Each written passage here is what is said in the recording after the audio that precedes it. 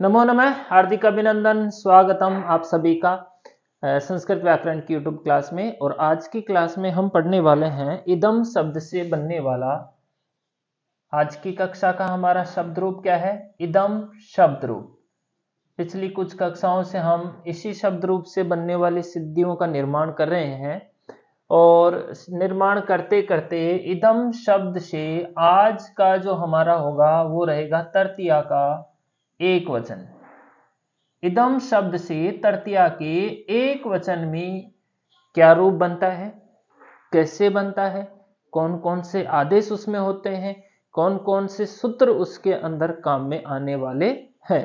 ठीक है, सबसे पहले जो रूप बनेगा उसके बारे में हम यहाँ पर बता देते हैं कि कौन सा रूप यहाँ पे बनने वाला है। शब्द रूप यहाँ पे बनने वाला है अपना अनेन। तृतीया के एक वचन के अंदर इदम शब्द से अनेन शब्द रूप बनता है। मतलब बिल्कुल शब्द रूप का तो देखो, शब्द रूप तो अपना इदम और बन रहा अनेन, मतलब बिल्कुल ही मैच नहीं है, अलग, मतलब एक अलग ही शब्द रूप यहाँ पर लग रहा है।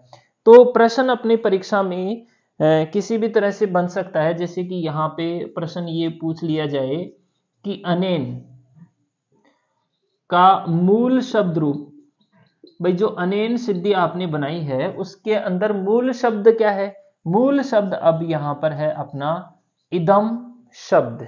ठीक है, प्रश्न ये पूछ लिया जाता है कि इदम शब्द से तृतीया के एक वचन के अंदर क्या रूप बनेगा, तो वहां पर अपना शब्द रूप बनेगा अनेन। ये छोटे से प्रश्न है, किसी भी प्रकार की परीक्षाओं में, प्रतियोगी परीक्षाओं में या अपने परीक्षा के अंदर भी इस प्रकार का एक नंबर का सवाल हमें आसानी से पूछा जा सकता है। तो इन दोनों चीजों को हम याद रखने के लिए इस तरह से अपने प्रश्न निर्माण कर सकते हैं। तृतीया के एक वचन में जो रूप बनेगा वो बनेगा अनेन। यहां पे लिखा हुआ है एक सूत्र अनाप्यक है, सूत्र लिखा हुआ है अनाप्यक है। ठीक है, ये सूत्र इस सिद्धि में काम में आने वाला है और इस सिद्धि का सबसे महत्वपूर्ण सूत्र है। तो सबसे पहले सूत्र को समझना जरूरी है कि ये सूत्र क्या करेगा और क्या काम ये नहीं करेगा, क्या क्या इसकी शर्तें हैं। सबसे पहले इसका पदच्छेद। पदच्छेद करने पर यहां पर हमारे पास तीन शब्द निकल के आते हैं, अन, आपी और अकह। अन, आपी और अकह। अन यहां पर प्रथमा एक वचन, आपी सप्तमी एक वचन, अकह षष्ठी के एक वचन के अंदर अक से अकह बनता है। तो ये तीन शब्द है अनाप्य के अंदर, अन, आपी और अकह। इको यण से यण होकर के यहाँ पे इसको तीनों को जब मिलाते हैं तो अनाप्य कह बनता है। ठीक है, अन, आपी और अकह तीनों शब्दों को हम यहाँ पे सीख लेते हैं। अन, आपी और अकह। ठीक है जी, तीनों शब्द हम यहाँ पर अलग अलग सीख लेंगे कि क्या करता है क्या नहीं करता है। अन, ये अन आदेश है, ये कार्य इसका कि ये अन आदेश करेगा। किसे अन आदेश करेगा वो हम इसकी वृत्ति में सीख लेंगे। वैसे अभी यहाँ पे बताएं तो आपको ये इद को अन आदेश करेगा। जो इदम शब्द का इद है उसे ये अन आदेश करेगा।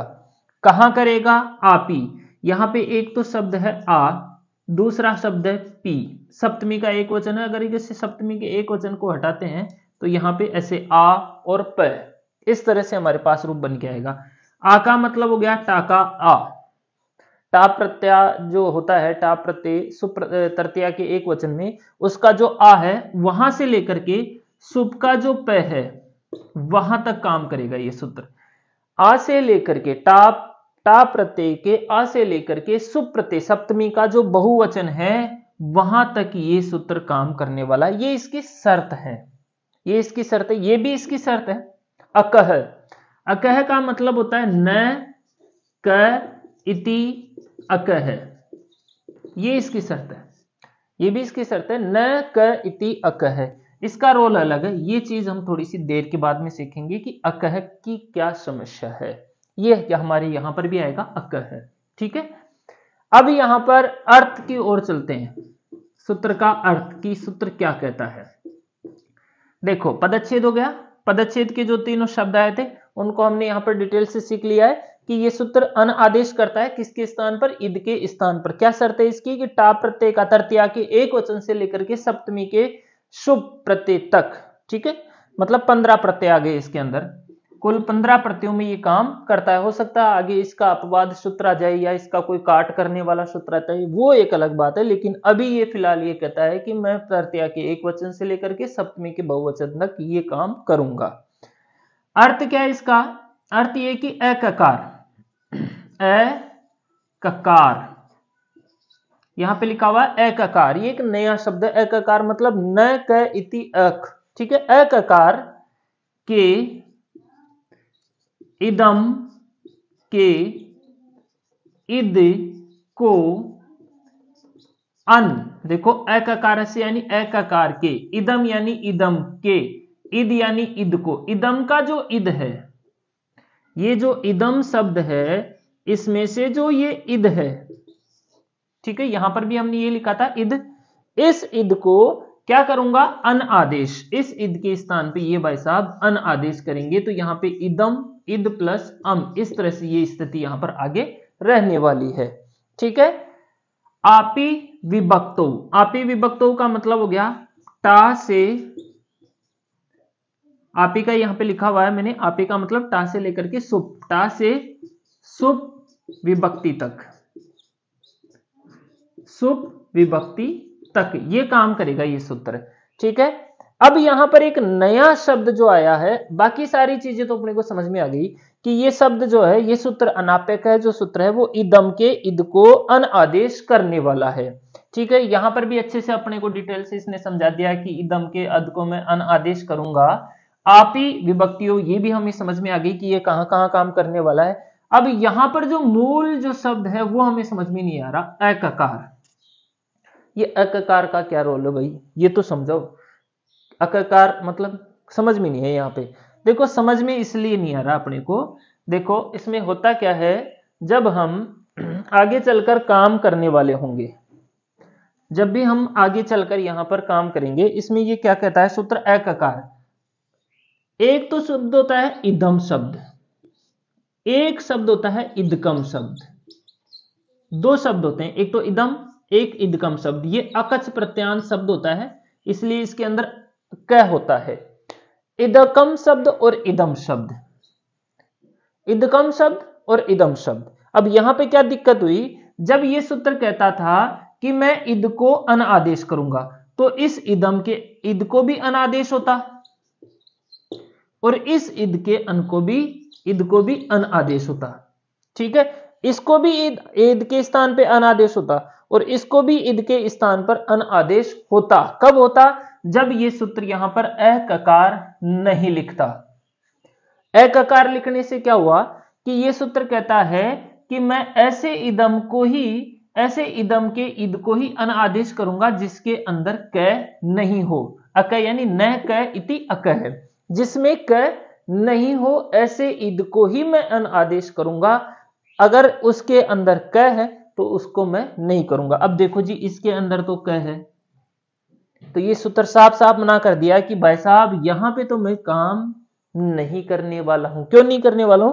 क्योंकि इसके अंदर क है और ऐसा शब्द ईद शब्द, ऐसा ईद शब्द जिसके अंदर क आता है, वहां पे मैं काम नहीं करता हूं।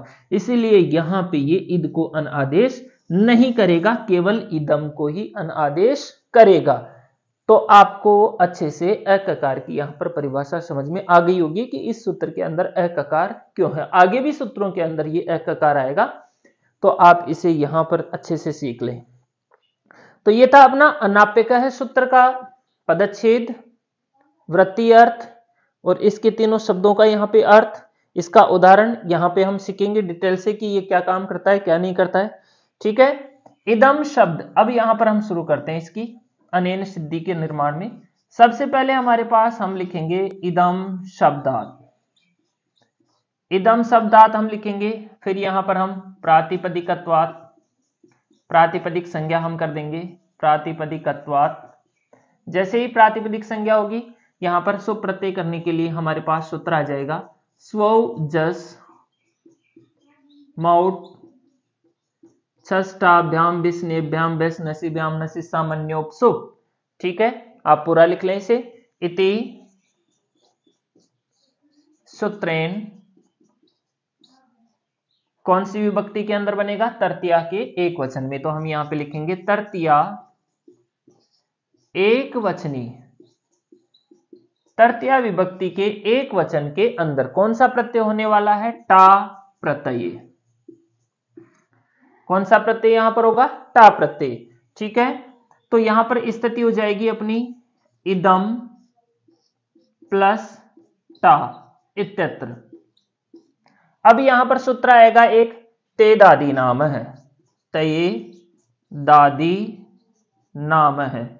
ते दादी नाम है एक सूत्र आता है जिसको हमने कई बार सीखा है, पिछली सिद्धियों में भी सीखा है, इसको सूत्र को अलग से भी सीखा है। ते दादी नाम है सूत्र क्या करता है कि इसके कुछ फिक्स शब्द हैं कि जो सर्वनाम शब्द, कुछ फिक्स सर्वनाम शब्द है, वहां पर जो अंतिम वर्ण होता है उसको ये ए करता है। और इदम शब्द भी उन्हीं के अंदर एक शब्द आता है जो इसके शब्द बताए गए हैं, जिसके अंदर तद तद यद एतद इदम अदश, और यहाँ पे द्वि एक द्वि भी शब्द उसके अंदर आता है। तो इसके अंदर ये इति सूत्रेण, इस सूत्र से क्या होगा? जो इदम का जो मैं है, इति सूत्रेण मैं स्थाने ए कृते, इस मैं को ये सूत्र ए कर देता है। अब यहां पे जैसे ही ए होगा अपने पास स्थिति कुछ ऐसी हो जाएगी, इद ए प्लस टा इत्यत्र, ये स्थिति हो गई। अब यहां पर ए और अकारांत के बाद अगर गुण का कोई सूत्र आता है तो वहां पर एक सूत्र आता है अतो गुणे, जो सूत्र हमने ईमो सिद्धि में भी सीखा था, ईमे के अंदर भी ये सूत्र आया था। ये सूत्र क्या करता है? इस ए को और इस ए को पर रूप कर देता है, मतलब जो इद का जो ए है उसको भी ए ही कर देता है। तो इति सूत्रेन ए और ए, मतलब कि इद का ए और जो ए आदेश हुआ था मैं की जगह, उसके ए को पर रूप ए आदेशे कृते, उसकी जगह एक ही आदेश हो गया, पर रूप ए आदेशे कृते, उसकी जगह एक ही ए हो गया। तो अब यहां पर हमारे पास स्थिति कुछ ऐसी हो गई, इद प्लस टा, ये वाली स्थिति अब अपने पास हो चुकी है। ठीक है जी, अब यहां पर करना क्या है?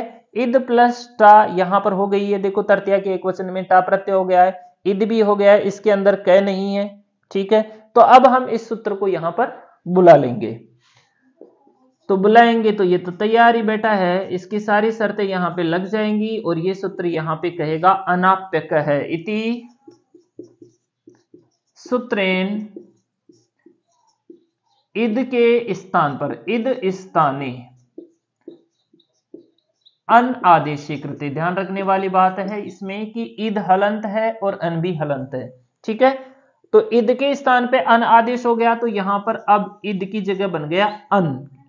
यहां पे तो हमने हलंत किया था, यहां पे हमने इसको पूरा लिखा क्योंकि ये सिर्फ हलंत की जगह इसमें जो ए था वो तो इसमें मिलने ही वाला था।